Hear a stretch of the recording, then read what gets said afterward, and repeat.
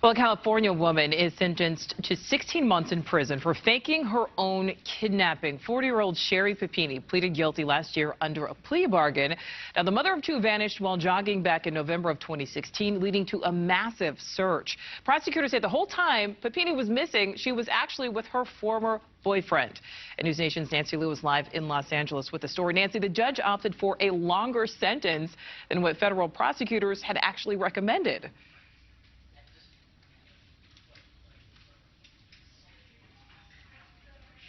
Back in 2016, but it turned out to be what prosecutors called a sophisticated hoax. Also, Sherry Papini could hide out at her ex-boyfriend's house here in Southern California, but soon she'll be housed behind bars for 18 months.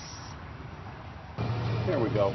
40-year-old Sherry Papini said nothing today as she arrived for sentencing in Sacramento, but her attorney did. Whatever happened 5 years ago, that's a different Sherry Papini than the person you see here today. In court, Papini cried and read from a prepared statement telling the judge in part, "I am guilty of lying. I stand before you willing to accept." The judge handed down an 18-month sentence, more than double what prosecutors had sought, though they claim Papini would still be lying today if she hadn't been caught. After sentencing, her attorney called the judge a fair man. So I know that in his heart he has done the right thing. And as far as we're concerned, whatever punishment he chose is what we're going to live with. Papini had agreed to a plea deal back in April after admitting to lying to a federal officer and mail fraud. The stay-at-home mom apparently kidnapped in November of 2016 while jogging near her home in Redding. The case drew national attention as multiple searches got underway, and her husband Keith pleaded for her safe return. Bring her home. Bring her home. Just bring her home. Papini turned up more than 3 weeks later, over 150 miles away, bound, chained, and her right shoulder had been branded. She claimed her kidnappers were two Hispanic women and provided the FBI with detailed descriptions.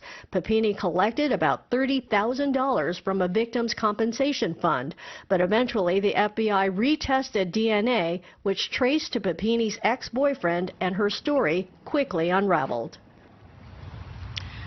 Now, Papini has been ordered to report to prison by November 8th. Along with the prison time, she has also been ordered to pay back more than $300,000 in restitution, mainly to law enforcement, for the cost of investigating a hoax. Nicole? Yeah, lots of people have been following this case. Okay, Nancy, thank you.